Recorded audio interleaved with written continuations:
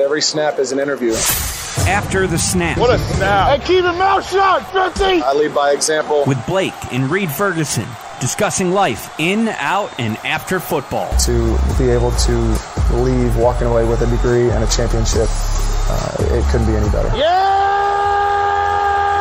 Well, you can take this boy out the real south down, but you can't take the real south out of my voice. And now here we go again, twist a little bit of teeth because I got thick skin. Well, Blake, want to welcome you into our first edition of After the Snap, presented by SB Nation. Cheers! Cheers to that. I'll crack a cold one to there. Love a fresh little fresh Yingling. Pinkies out. Pinkies up. Cheers to new beginnings. As you mentioned in the intro, for those that are listening on the audio, I want to start off with obviously sending our condolences to Mississippi State, the Mississippi State family, the Leach family, for losing a legend of the game, I would say. I know I saw somebody had posted about Mike Leach and his passing, and they said that the parameters for making it into the College Football Hall of Fame, one of the parameters was having a winning percentage above 60%. And he was like at 59.5. So somebody was saying, can we just maybe round this up, because he definitely deserves. I think he definitely met a few of the other criteria, maybe conference championship or something along the way. But that was one of the ones where he fell short statistically. But I think we can all agree that Mike Leach, whether it's his coaching on the field or the amazing sound bites he gave us off the field, which were Hall of Fame worthy in and of themselves, just amazing. So rest in peace, Mike Leach. You will definitely be missed. I'm assuming each team next year will probably do some kind of moment of silence for him when they play Mississippi State. I know that would be a long way away, but in terms of football timing of things, I have to imagine that the teams, at least the SEC teams, would do something for him. Yeah, and just absolutely heartbreaking for the players, for his fellow coaches on his staff, everybody that's in that building, and that he's had a relationship with. River Craycraft, who is one of our wide receivers, was with him at Wazoo, and was just kind of at a loss for words with all of it having happened so fast. But as you said, it was less than a week, I believe. Was it maybe 4 or 5 days? I think it was only a couple of days. Yeah, a couple of days. Because when I heard about it, I think on Sunday, and then obviously Tuesday having passed. We're recording this on Wednesday. Sure. But as you said, total just Hall of Fame press conference, soundbite, all of the above. Hilarious. Just stories I've read all over Twitter of just the experiences that fans have had with him. Other coaches who've come from his coaching tree. If you didn't know, there was a player way back when that was walking on. I don't remember specifically what school, and Mike Leach cut him from the program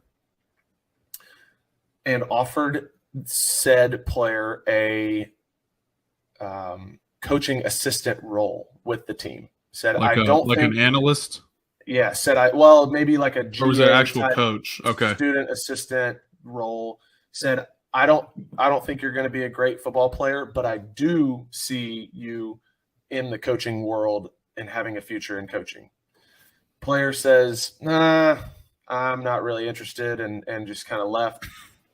Next day comes back and starts his coaching career and he's now the head coach of the USC Trojans, Lincoln Riley. No kidding. Not kidding. No kidding. Wow. I read that on Twitter yesterday. So just crazy impact that he's had on the game. I was hearing one of our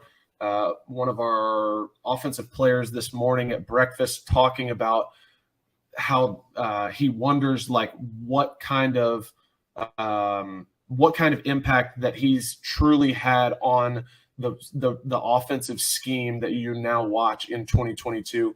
Obviously was sort of the beginning of the run and gun offense, but it's hard to know truly the innovation that he had for the game until probably long after he's gone. But yeah, condolences to everyone in the Mississippi State program, Wazoo, all the way back to Texas Tech, his family, and we will all remember the fun moments watching Mike Leach. That is for sure. Absolutely. So Reid, I have a question. Okay. I have a question before we get into last weekend's games. All right, bring it. So you probably saw something that I posted last night relating to some hazelnut flavored chocolates that are a delicate holiday tradition. What are your thoughts on Ferrero Rocher chocolates? See, I don't understand your hate for them. Don't have a hate for them.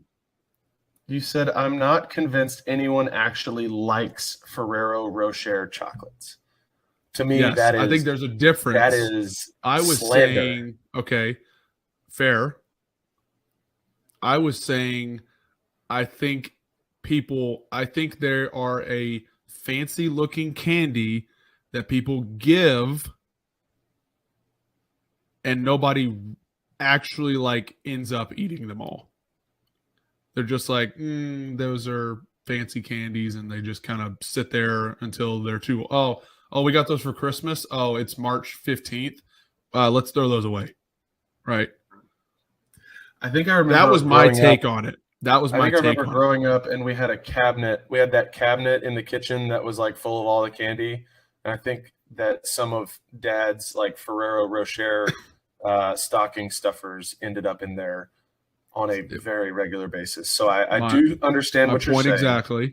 Okay. Which it's actually hilarious that you bring this up, because I was actually given a 6-pack of them today by the lady who comes and cleans my house. How timely.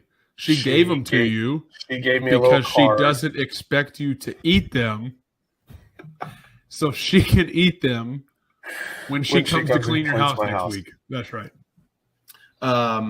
So hilarious that you bring it up. I personally am a Ferrero Rocher fan.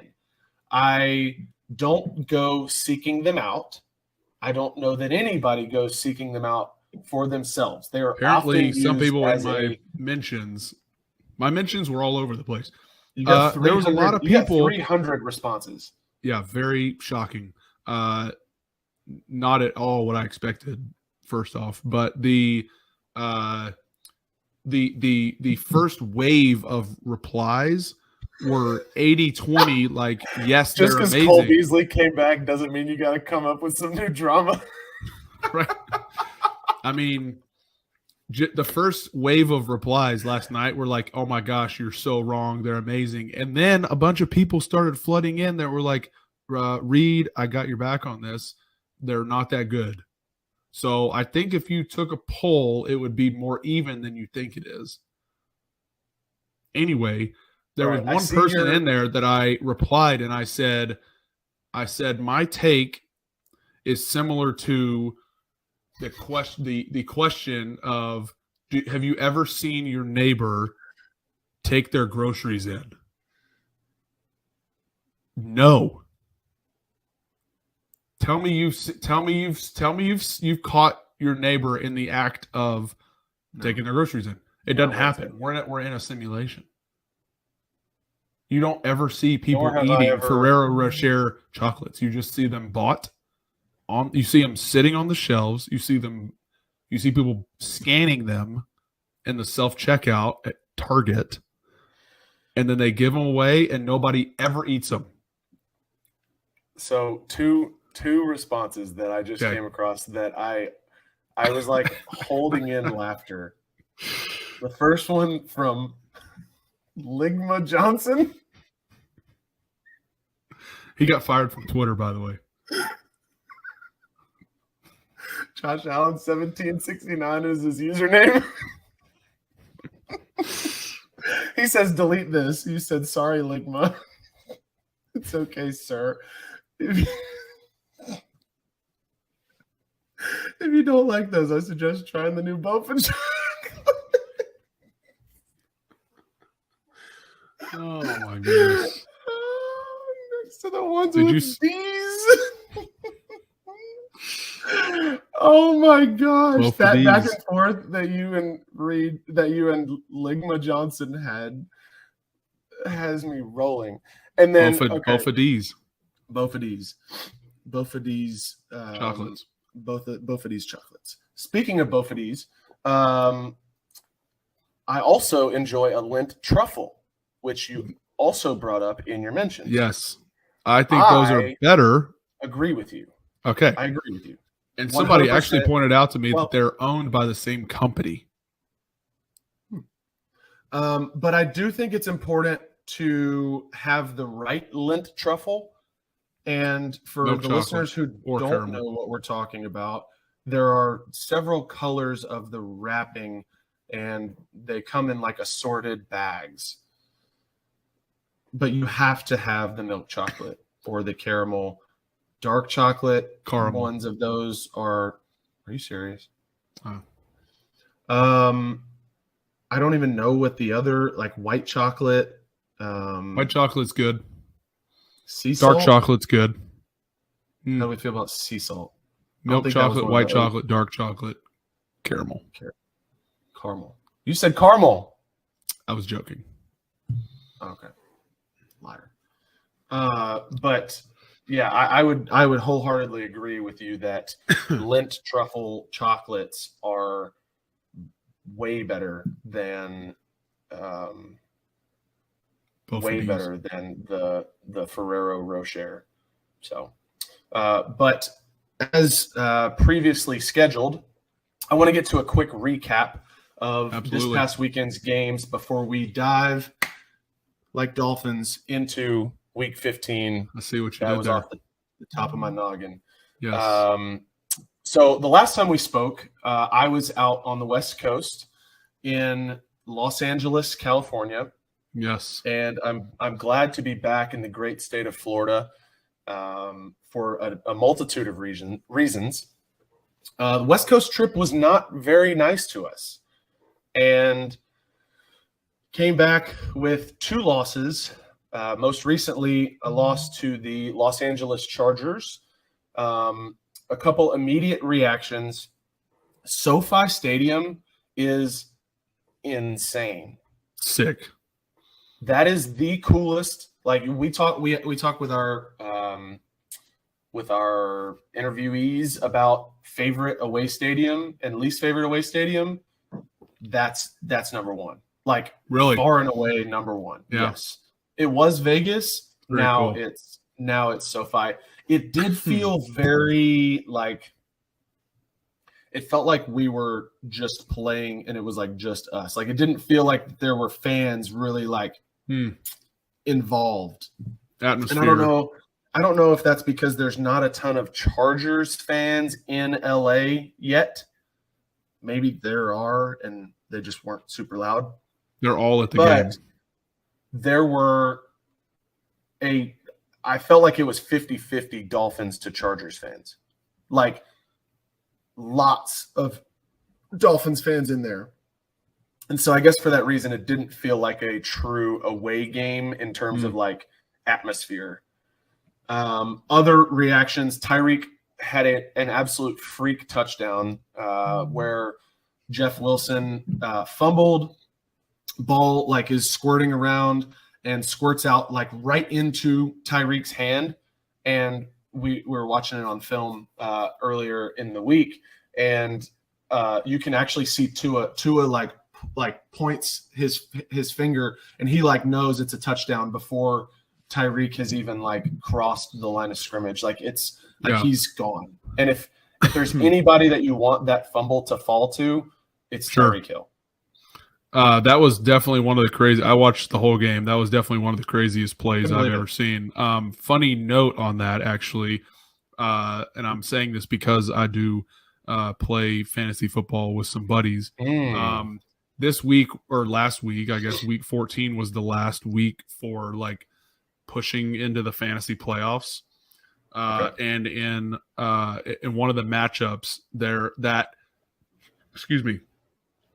touchdown, one guy was trying to make the playoffs, and the other guy was also trying to make the playoffs, fighting for the same playoff spot.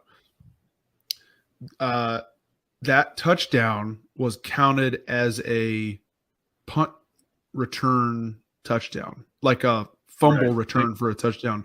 He didn't get any. Couldn't have been a reception. Right, a reception or a rush. Okay. See, I thought it would have been put as a rush. Yeah, he didn't get any credit for the yards that he ran. It was like 60-yard touchdown. And that actually kept the guy from making the playoffs. I'd be livid. He lost by less than 6 points or something. Oh man! So just a funny that's like a technicality of I guess the way it's scored, but I thought that was pretty funny. Yeah. So just last point of interest on this past week. Definitely glad to be heading back to the East Coast. Got back to Miami early Monday morning. I rolled in my driveway because it was a primetime game. I rolled in my driveway. It was like 6:30 in the morning, coming all the way back from California, and the sun was like already coming up. So that was different for sure. Yeah. I remember when we came back from LA, Erica went to the game. So I was home by myself, and it was like I got home at like 6:30 and just fell 7 a.m. or something. I just fell right to sleep.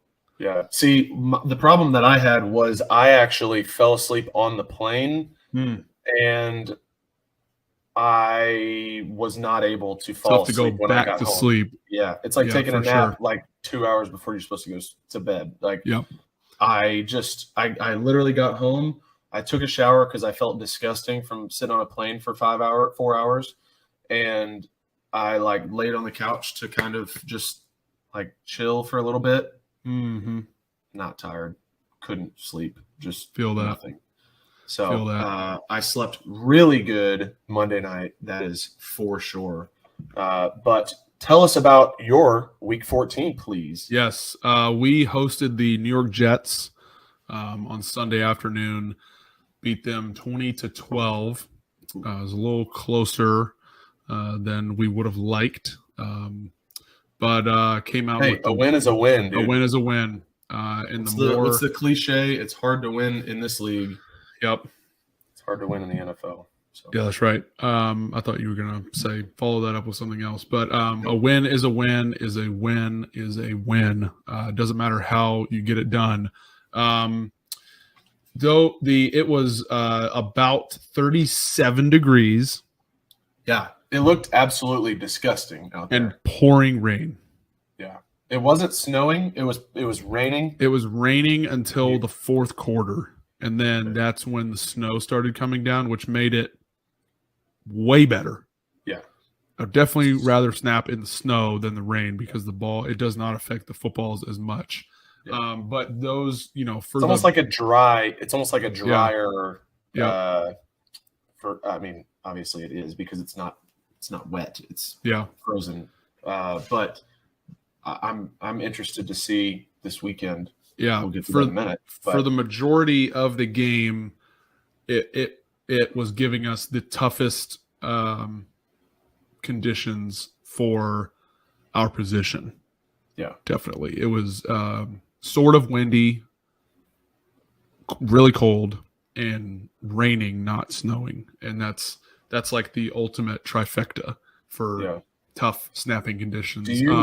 Do you feel like that snapping field goals or snapping punts is harder in bad weather like that? Great question. Because I have my answer through my experience just with cold weather and also like windy, rainy games. Obviously, I've never played in the snow, but I am interested to hear your take. I would say it's easier to, for me, with a wet ball and wet conditions, it's a little easier to adjust for that on a punt snap because there's a little more time for the punter to have a little bit of a bigger radius to aim at instead of I'm just aiming for his belt buckle every time. Right. And then, but on a field goal, you're still, I mean, the op time, you're still aiming for under 1.3. So whether you hit, you've got to make sure you still hit that spot and your laces are still pointing forward. So it still presents a challenge, but you're not really worried about the laces on a punt snap. So as long as you can flick it back there in his body frame, and Sam does a great job. Most punters can get it off. Yeah. Okay, so that was the answer that I had in my brain. It's a lot harder to be accurate and consistently accurate with a wet ball, and I think it's a little easier to adjust to a little bit off here, a little bit off there on punts for sure. For sure. Two more things. One related to the game. There's been a lot of the Mike White stuff, quarterback for the Jets. I don't know. I'm sure you've seen it. That guy took an absolute pounding. He took like three huge hits in the game. He took 2 hits that I thought he was leading the game. I didn't, and I was on the sideline obviously for all 3 of them, but I was on the sideline either talking to somebody or not paying attention to the quarterback. I was either watching downfield or something, and I missed like the first 2 hits. The Ed Oliver one and the Matt Milano one where he basically bent him in half. One of the hardest quarterback hits I've ever seen. Mad respect to that guy for continuing to come back. I mean, he came back in. They felt like they changed quarterback. Felt like they changed quarterbacks like 4 or 5 times after he got hit. He'd get hit. Flacco would come in for a bit, and Mike White, and then Flacco. They kept chopping and changing a little bit because Mike White kept getting hit. But mad respect to him for fighting for his team like that. Second thing, and it's as of yesterday, Cole Beasley is back with the Bills. So excited to have him back. He is a was he retired? He was retired? I guess maybe. I don't know if it was like official or not. I'm not really sure. I haven't talked to him about it, but gotcha. I think it was one of the headlines that I saw today said that he was back with the Bills after a brief retirement stint. Maybe so, but I wasn't really sure if he was just kind of a Favre came out of retirement. So, but I didn't remember him like actually saying, "I'm retiring and I'm done. Yeah. I'm walking away from the game." So I wasn't quite sure with that. Yeah. So glad to have him back. But last thing on this past weekend in terms of a recap, I want to get into the after the snap clutch snap of the week. And for those who are just now tuning in to after the snap, if this is your first episode, we like to hand out a after the snap clutch snap of the week award to college or NFL long snappers who exude excellence in field goal or punt snaps that are game clinching, game winners, crunch time, under pressure punt snaps we've given out, different, it could be a whole array of things. So This week's After the Snap Clutch Snap of the Week goes to Army long snapper Ryan Aguilar for the game-winning field goal snap on the 39-yard field goal in double overtime to beat Navy. So congratulations to Ryan Aguilar. I just have to say, when I saw it was 10-10 at the end of the fourth quarter, I was like, man, because I was busy most of the day on Saturday, and I saw it was 10-10 at the end of the fourth quarter, and I was like, man, this is a football game. This is a football game. This is Army Navy. This is Army Navy. And it's so funny because I saw like the over-under was like 26 points or something like that, like something super low. Yeah. And it was like the game had hit the under like 16 years in a row or something like that, which is just bananas. Wing T versus triple option. Exactly. Year after year. So congratulations to Ryan Aguilar for his game-winning snap to win the game for Army. Speaking of, those jerseys are fantastic. I know we talked about them last week, but yeah, unbelievable, fantastic. Reid, I have a quick question for you. I actually have two questions. One, Caleb and I were discussing this. Caleb was on the pod 2 weeks ago when you were absent, and his question was, do you lean one way or another, pulling for Army or Navy for any reason, or do you just like have a team that you pull for, like, or do you just watch the game? I think I just watch the game. Okay. Because I can't like bring myself to cheer for one or the other. Okay. The only person that I know that has played in the game is Joe Cardona, who obviously snapped for Navy.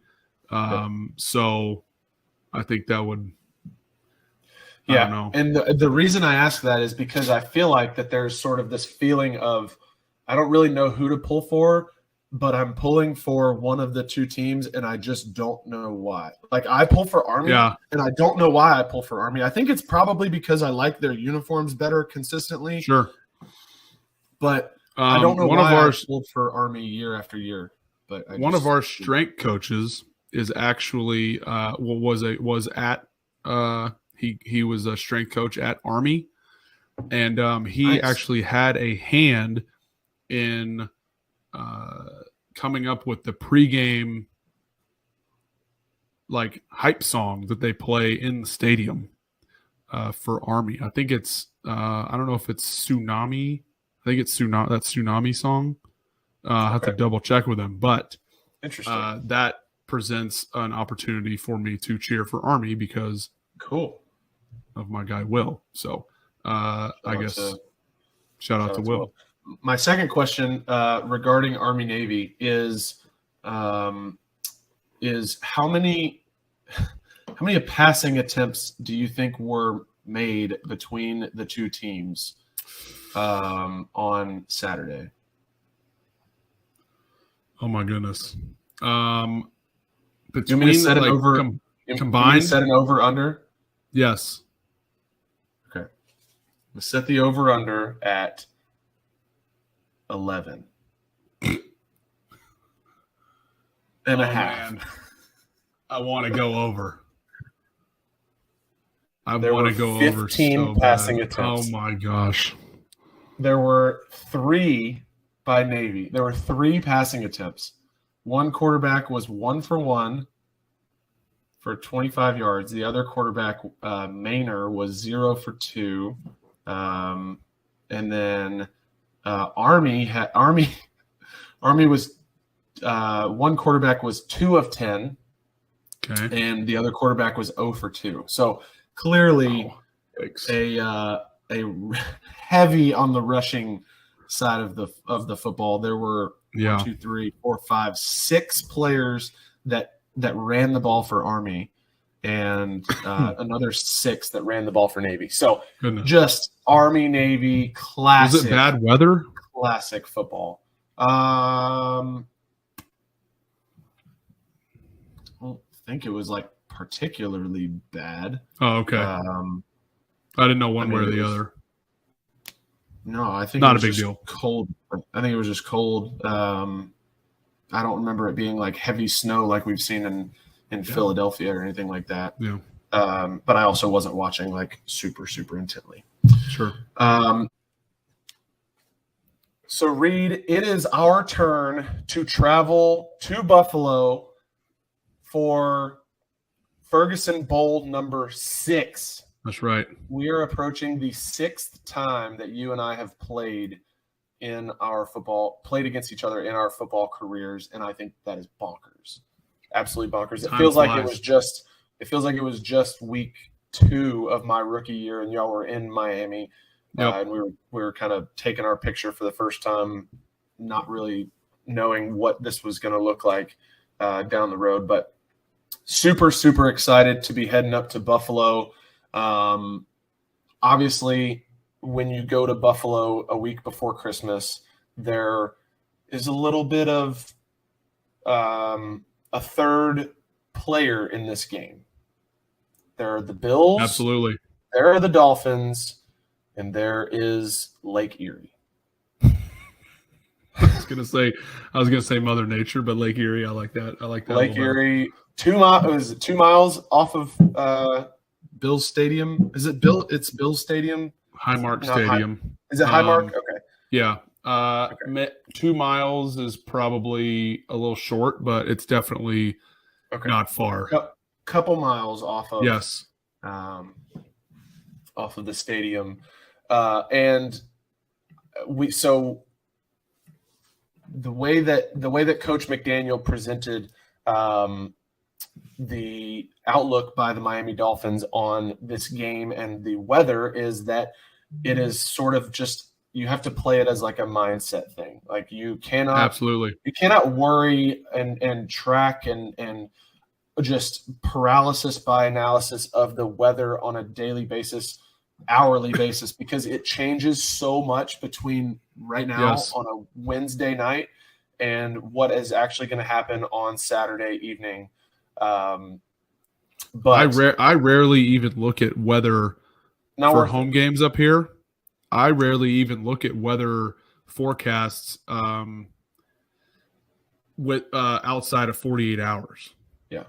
And I'm the same way with Miami, like in September. It's just not worth, because it'll say it's going to be sunny and then it'll downpour for 3 hours. Yep. Or it'll say it's going to be raining and you'll be like, oh, well, I guess it's not going to actually rain because it's never right. Like it's not even worth. We've had 5%, chance of rain on a Tuesday and it ends up raining on Sunday. And then we've had 95% chance of rain on Sunday, on a Tuesday, and by Sunday it's sunny and it's bearable. So we've had it. We've definitely had it both ways.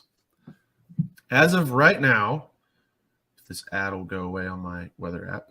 As of right now, we are sitting at 96% snow and a high of 35 degrees on Saturday. That is correct.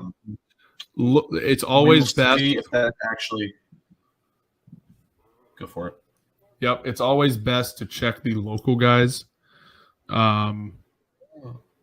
just because the national don't follow the trends. A lot of the apps don't follow the trends as closely. So shout out to our guy Patrick Hammer, chief meteorologist for WGRZ in Buffalo, New York. His tweet as of this morning says, "It's happening. A snowy Bills game with a gusty breeze as well. Not as heavy, important distinction, not as heavy as what we dealt with a month ago. I can't believe that was a month ago. But snow could be moderate to heavy." And a lot of that, I was reading his timeline yesterday. A lot of it, he was posting some maps and stuff that go with some of the wind trails in the snow, like the snow forecast trails. A lot of it depends on how much. I think he said how much air pressure is picked up over the lake and where the wind streams are going Friday, like later in the day Friday. Okay. Which would be Saturday before the day before the game. That will affect whether some of the snow hits north of us or if we just get pounded. And I say pounded, nothing will compare to what we got a few weeks ago. How long did it end up taking to melt all of that snow? Like, did it ever all go away? There's still some high mounds left that were just clear. There was so much cleared and stacked up that there was. Are they just like black and gray now? I can see my yard now. Okay.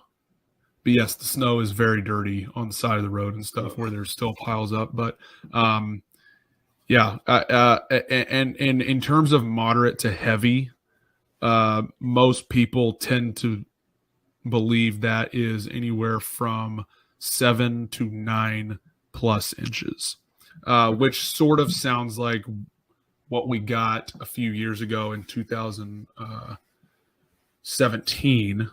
You were at that game with Mom and Dad against the Colts for the infamous Bills snow game. So will be interesting. Definitely will be interesting to see. I'm not sure. It'll just be time will tell how much snow comes during the game. Yeah. So I'm pumped for it. Obviously, our first it'll be cool. It'll be an awesome experience. Our first primetime game in this matchup since I've been in the league. That's right. So if we got snow and it was just a snow globe, it would be even cooler and another memory that you and I will be able to share along with our listeners who follow so closely. Absolutely. But last thing on the Ferguson Bowl. This is our grandmother's first time getting to make it to see both of us play on the same day. Yes. Going to be really, really cool. Obviously, she will be in a suite out of the weather because that would be unbearable. Yeah. But I don't think she'd come back. No. She was there last Ferguson Bowl. She and Granddaddy were there last year, right? Or was it just Granddaddy? It was just Granddaddy. Okay, got it. I remembered Granddaddy. Okay. Granddaddy was there. She was not able to make it. Correct. Got it. Okay. Sorry for the confusion. No, this is awkward. I have one more thing that I want to hit before we wrap it up. So as long as you are good. Let's go. Okay. I'm ready. As many of you know that have been following the podcast for a while, Blake and I are huge fans of the game of soccer. And as you may know, if you've been following, the World Cup has been on for the past few weeks, almost a month now. And the two semifinal games have been played. Argentina won yesterday. They beat Croatia in regular time. And then France beat Morocco, the Cinderella story, today 2-0 to advance to the final. So we got Argentina versus France in the final. Messi versus Mbappe, two of the best players on the planet at the moment. Messi, obviously, storied career. Mbappe is working his way there. Club teammates. So I am. This is probably I didn't want Brazil to make it. This is probably the best matchup I could have asked for in the final. I mean, these two teams were the second and third favorite to win the whole tournament going into it. So this is Brazil was first, I believe, to win the whole thing. This is prime matchup right here. So I want to hear your picks. I want to hear your picks and your prediction for who will win the final. And I will say I am glad we are playing on Saturday because the final is on Sunday. So Argentina versus France at 10 a.m. Eastern on Sunday morning. Who will you be cheering for and why? I'll be pulling for France. I'm an Mbappe fan. Okay. Yes, I know. I also like Messi. I mean, who doesn't like Messi? But I'm gonna go with France. I feel like that they have the most well-rounded team out of this entire tournament. I feel like that they've shown that throughout the whole time, group stage, knockout stage, and Giroud on fire, Mbappe on fire. Just seeing the field so well and just creating so many chances. France did struggle at the end of the match today against Morocco. Mm-hmm. They were overloading that right side of the field and just were bringing it. So they could end up struggling against a heavy Argentinian attack. Argentine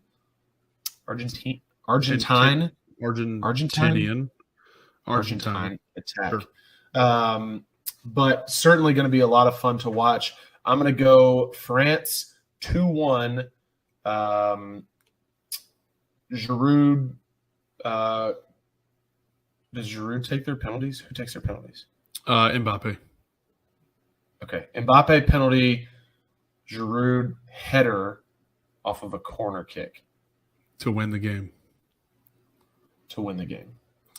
Well, I am certainly glad you went first because I'm also glad you picked France because I am the biggest Messi cheerleader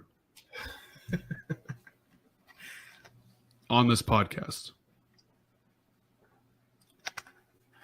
I have been rooting for Argentina the whole tournament in games where the USA has not been playing. I want Messi. He has achieved everything possible outside of a World Cup.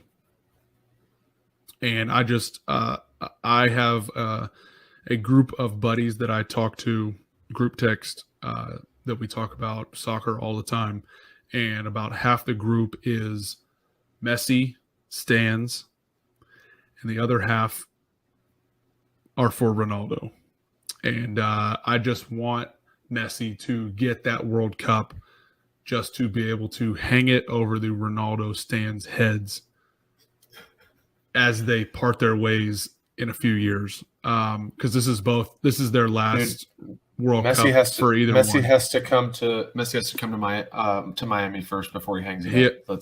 He will. I'm saying for their national teams. Okay, gotcha. Ronaldo, this is their both of their last World Cups. So that I will be cheering hard for Argentina on Sunday morning. I love your scoreline. I will go. I think Argentina will win by 1. I will go 3-2 Argentina. I think the firepower and attacks for both sides. Last World Cup final was France Croatia, and that final was 4-2. So I think the attacks will get the job done. 3-2 Messi with a brace, maybe a penalty, definitely an open play goal for Messi, but really hope he pulls it out. So, all right. So third place match, Croatia v Morocco. Who are you taking? I'll go Croatia because I think they were still one of the best teams at this tournament overall. Agreed. Their defense is fantastic, and Morocco has trouble. Yeah, I'm going to go Croatia as well. It'll be a very low-scoring game because Morocco, until this past match, was the only goal that they had given up in the entire tournament was on an own goal. So that's correct. Might be a boring game to watch, honestly. Third place games are usually pretty fun though, because there's nothing to play for. I don't know that I've ever watched a third place match, if I'm being honest with you. But I will be tuning in for sure to see if Luka Modric and the boys bring home third place. But that is a wrap. That's all I got. That is a wrap on this week's episode of After the Snap. Thanks again for joining us for our first SB Nation Phinsider Buffalo Rumblings episode of After the Snap. We are pumped to be on board. Have had so much fun so far. Hope you will join us next time. We will see you right back here next week on After the Snap. Tales from two brothers who live life upside down. Cheers. Cheers.